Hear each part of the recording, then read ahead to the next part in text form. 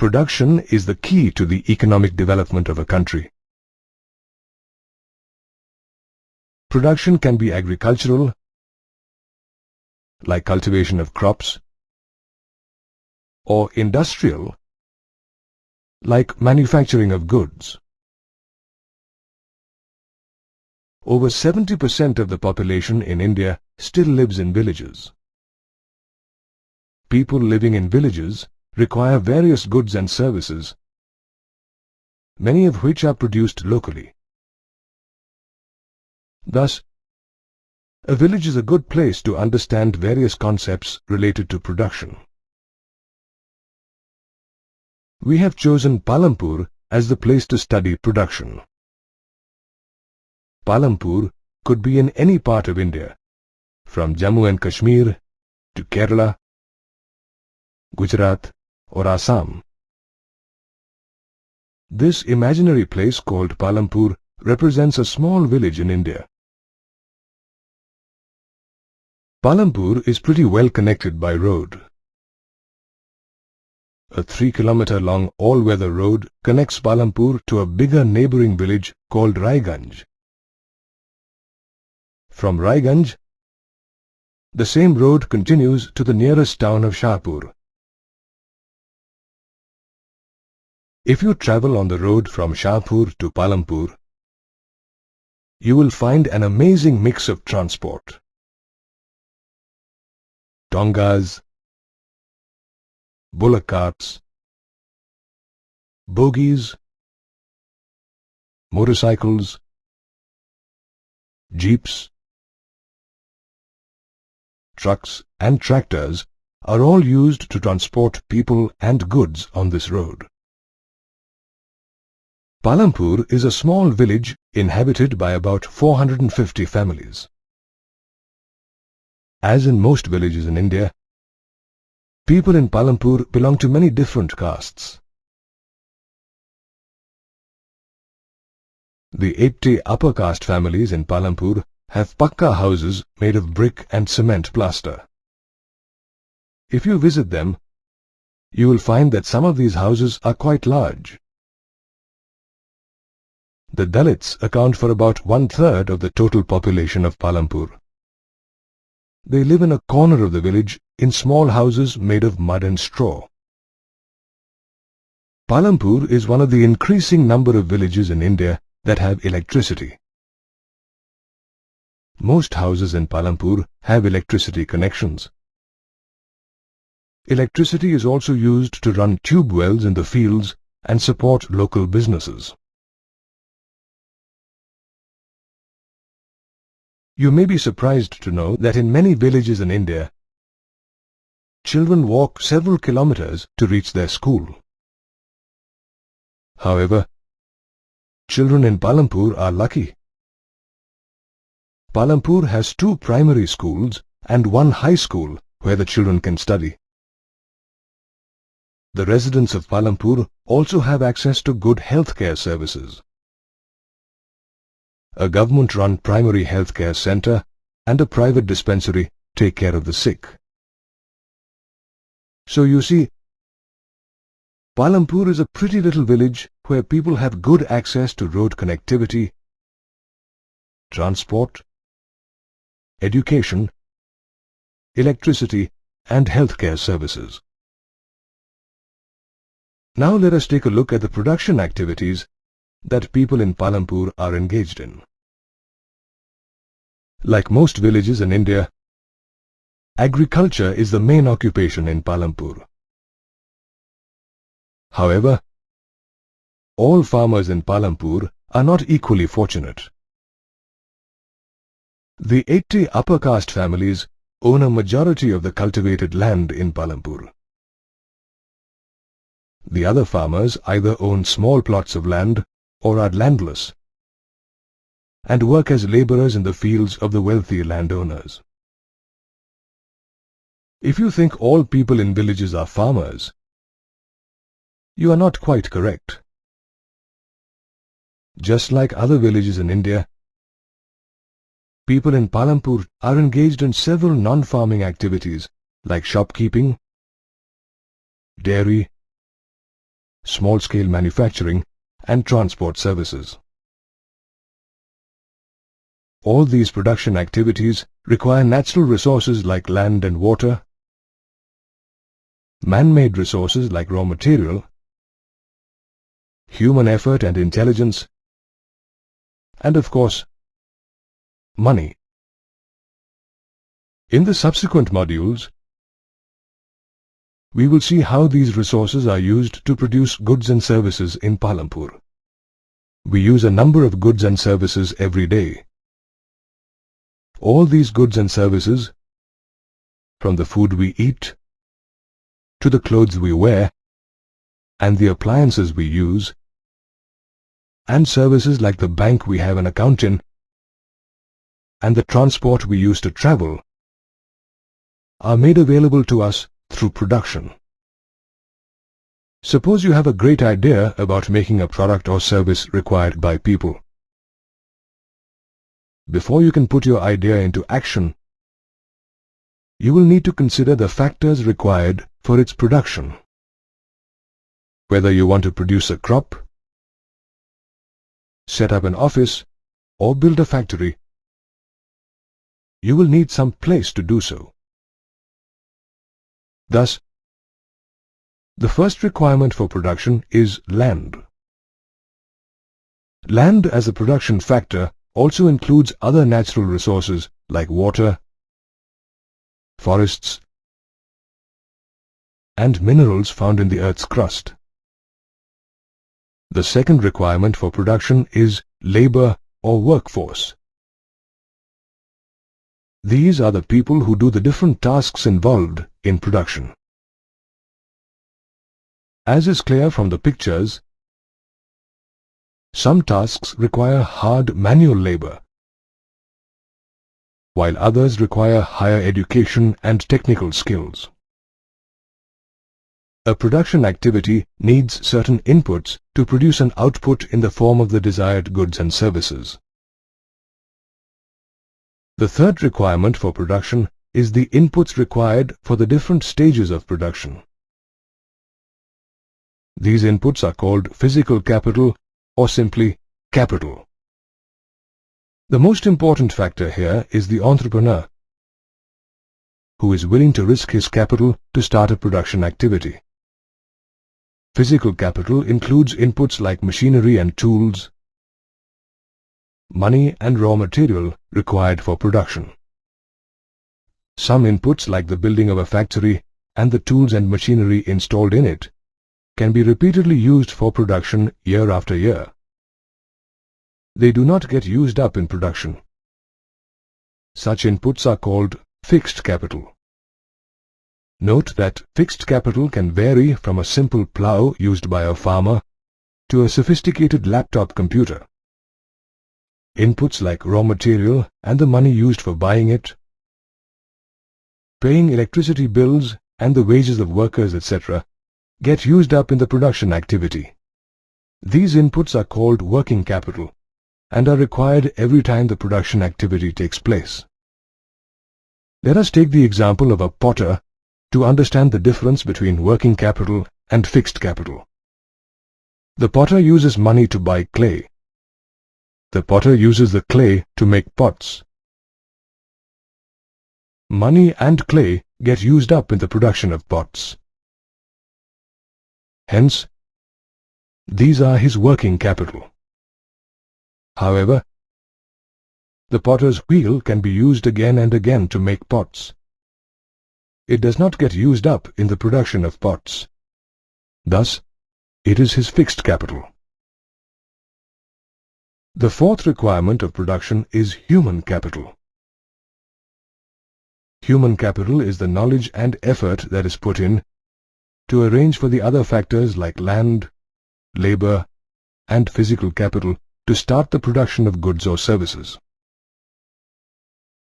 Thus, land, labor, physical capital, and human capital are the four requirements or factors of a production activity. As is the case in most Indian villages, the main production activity in Palampur is farming. Around 75% of the working population in Palampur is engaged in farming. These include farmers and farm laborers. The welfare of the farming community is directly dependent on farm production. The more the production, the happier the farmers and farm laborers. So, how do we increase farm production? Well, there are two ways of doing it. One way to increase farm production is to increase the land area under cultivation. The other way to increase farm production is to adopt methods that allow you to grow more crops on the same land. Let us explore both these possibilities. Let us start with the possibility of increasing the land resource for cultivation. Land is a limited resource. We require land not just to grow crops, but to build houses, industries, public spaces, schools and hospitals, etc. Thus, it is difficult to increase the land area under cultivation. The only way to increase land under cultivation is to convert wastelands into cultivable land. However, wasteland is also limited, so this method can only increase the farmland marginally. What is true for Palampur is largely true for the whole of India. Observe in this graph how total land under cultivation in India increased only marginally between 1950 and 1970. Between 1970 and 2000, the land area under cultivation remained unchanged. Note that the land area in the table is mentioned in million hectares. Hectare is the standard unit of measuring land area and is equal to the area of a square having a side of 100 meters. Thus, 1 hectare is equal to 10,000 square meters. Since we cannot substantially increase the land area under cultivation, let us see how we can grow more crops on the same land to increase farm production. You can grow more crops on the same land in two ways. You can either adopt multiple cropping or use modern farming methods. Let us discuss both these ways in detail. Let us start with multiple cropping. Farmers in Palampur grow jawar and bajra during the monsoon or kharif season. These crops are used as cattle feed. After harvesting jawar and bajra, the farmers grow potato in their fields between October and December. After the potato harvest, the farmers sow wheat in the winter season, which they harvest before the monsoon the next year.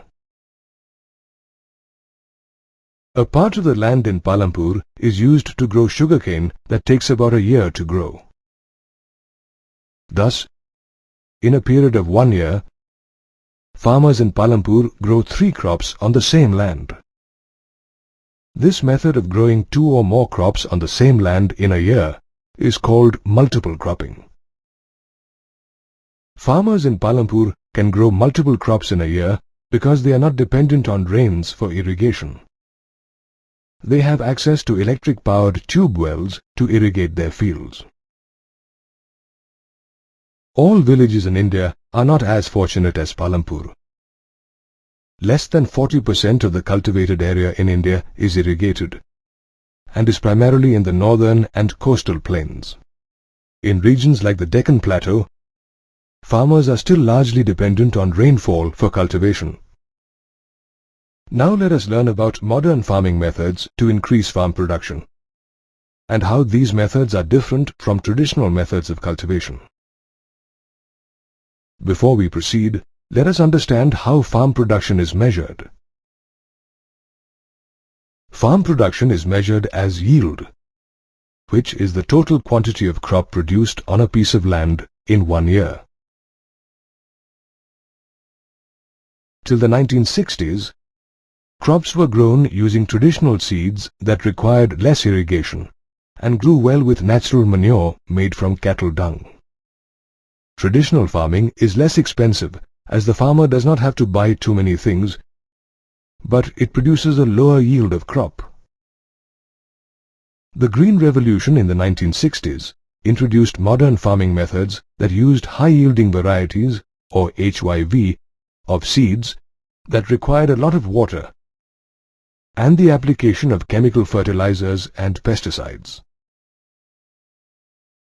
Modern farming is more expensive as the farmer has to purchase HYV seeds, fertilizers and pesticides, and also has to pay for electricity and for the installation of tube wells for irrigation.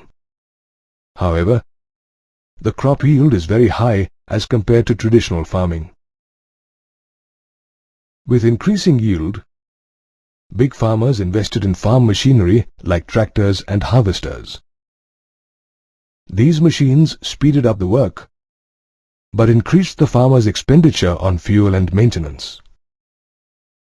The high-yield seeds used in modern farming produce more grain on each plant as compared to traditional seeds. This is how farmers get a higher yield through modern farming. Farmers in Punjab, Haryana and western Uttar Pradesh were the first to adopt modern farming methods in India, and their yield got more than doubled. The Green Revolution in India was more successful for some crops than the others. This chart clearly shows that while wheat production in India has increased manifold, the production of pulses has not changed much. Of late, people have started associating several adverse environmental and economic effects with modern farming methods. Let us take a look at them. Prolonged use of large quantities of chemical fertilizers and pesticides kills useful bacteria in the soil, leading to soil degradation and a decrease in the natural fertility of soil. Chemical fertilizers and pesticides percolate through the ground to pollute the precious groundwater resources. Excessive use of groundwater for irrigation through tube wells has reduced the water table in many areas. With decreasing soil fertility, farmers are forced to use more and more fertilizers to maintain their production levels. This is increasing the cost of production for farmers and decreasing their income. Thus, we need to adopt modern farming methods with care for sustainable farm production. We have discussed multiple cropping and modern farming as two ways to increase farm production. However, farm production also depends on how much land a farmer has. Let us see how cultivable land is divided amongst farmers in Palampur. Around 1/3 of the families in Palampur are landless. Here is an aerial view of the farms in Palampur. Observe that there are a large number of small fields and a few large ones. Over 50% of the farmers who own land cultivate small fields less than 2 hectares in area. These farmers find it difficult to produce surplus crops that they can sell in the market. The large fields that comprise a major portion of the cultivable land in Palampur are owned by a small group of families. Some of them have fields in excess of 10 hectares in size. The situation in Palampur reflects the general situation of land division across India as shown by these figures. Across India, 80% of the farmers are small farmers who cultivate only 36% of the total cultivable land in the country. In comparison, 20% of medium and large farmers own 64% of the total cultivable land in India. Division of land through succession and inheritance is another reason for many farmers having smaller fields. Take the example of Sujan Singh. He owned a field of 5 hectares in size. Sujan Singh produced enough on his land to live a comfortable life. Sujan Singh had 4 sons, Hari, Shyam, Sundar and Bhola. After Sujan Singh's death, his land was equally divided between his 4 sons. Thus, Hari, Shyam, Sundar and Bhola each got a field just 1.25 hectares in size. Today, none of them can sustain their family with such a small field to cultivate. Farming requires hard work. Thus, after land, labor is the most important requirement for cultivation. Small farmers work in their own fields with the help of their families. Medium and large farmers hire landless workers or small farmers to work in their fields in exchange for small wages or a small share of the crop. Farm workers find different kinds of work like sowing, planting, harvesting and threshing at different times of the year. They may be employed on daily wages or for a whole year. Farm laborers lead a difficult life. Most of them have loans to repay. There is no job security, and payments are much less than the government stipulated 60 rupees per day. With farm machines taking over most of the manual work done in the fields, farm laborers find it increasingly difficult to find jobs. Many of them migrate to other states to find work. Along with land and labor, the third important requirement for farming is the capital or money required for cultivation. We have already seen that modern farming methods require a farmer to spend more on farming. A farmer can earn money only by selling his produce. Small farmers grow just enough crops to feed their families. They are left with little or nothing to sell to arrange for the capital required to grow another crop. Thus, small farmers in Palampur are forced to borrow money from big farmers or local money lenders. Besides paying a high rate of interest, small farmers also have to work as farm laborers for large farmers to repay their loan. The large farmers, on the other hand, produce a lot more than their own requirement. The large farmers in Palampur sell their surplus wheat to traders in Raiganj at a good profit. The large farmers deposit their money in banks or lend it to small farmers. The large farmers also use their surplus profits to acquire new fixed capital assets like farm machinery. The large farmers are also investing money in non-farming activities like transport and shops. Thus, while the rich are getting richer, the poor are getting poorer in Palampur. Like most villages in India, farming is the main production activity in Palampur.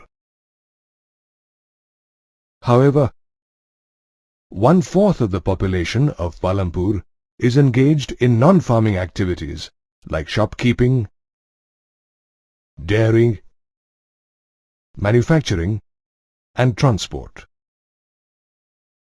Let us learn more about these activities. The moment you get down at Palampur bus stop, you will see small eatery shops and tea stalls set up by people in open spaces outside their houses. Further into the village, you will find some shopkeepers who buy goods from wholesalers in Shahpur and sell them in Palampur. You can get all things of daily use like groceries, fruits and vegetables, toiletries, and stationery items in the shops at Palampur. Meet Karim. He found that a large number of students from Palampur who attend college at Shahpur also take computer classes there. So, Karim started a computer training center in his house at Palampur. Karim bought a few computers and hired 2 computer literate women from the village. Now, a good number of students attend classes at his computer training center. Let us move on to dairy. Several people in Palampur are engaged in dairy activities. Buffaloes in these dairies are fed jawar and bajra grown in Palampur itself.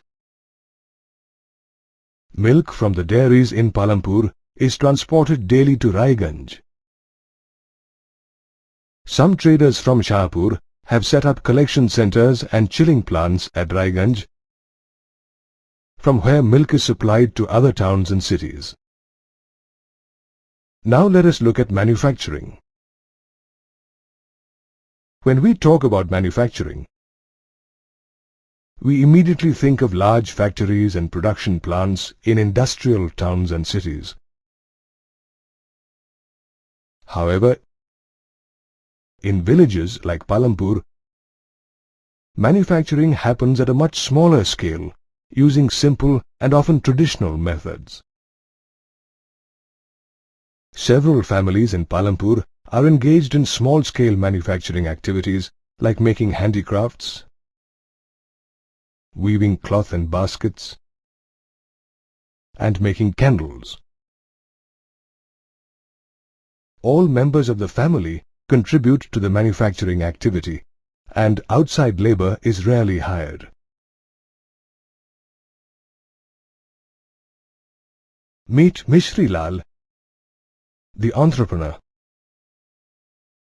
He has set up an electric sugarcane crushing machine on his field. This machine offers many advantages over the traditional method of crushing sugarcane using bullocks. Mishri Lal buys sugarcane from other farmers in Palampur and makes jaggery from it. He sells the jaggery to traders in Shahpur at a small profit. Coming to transport, Palampur is connected by an all-weather road to Raiganj and Shahpur. A number of people in Palampur are engaged in transporting goods and people along this route, using a variety of vehicles like cycle rickshaws, tongas, bullock carts, jeeps, tractors and trucks. Here is Kishora, a man of multiple vocations. His is another interesting story. Kishora does not own any land. Till a few years ago, he worked as a farm laborer. The little money he earned was hardly sufficient for his family. Then Kishora took a loan under a government scheme providing loans to landless laborers and bought a buffalo. He now sells dairy products for a living. Kishora also appends a cart to his buffalo and uses it to transport different types of material. Every month, Kishora earns some extra money by transporting all kinds of material from clay for the village potter to jaggery for traders in Shahpur. Kishora's financial condition is much better now. Let us conclude by looking at the table showing the nature of capital and labor used for the production of goods and services in Palampur by Karim, Mishri Lal and Kishora.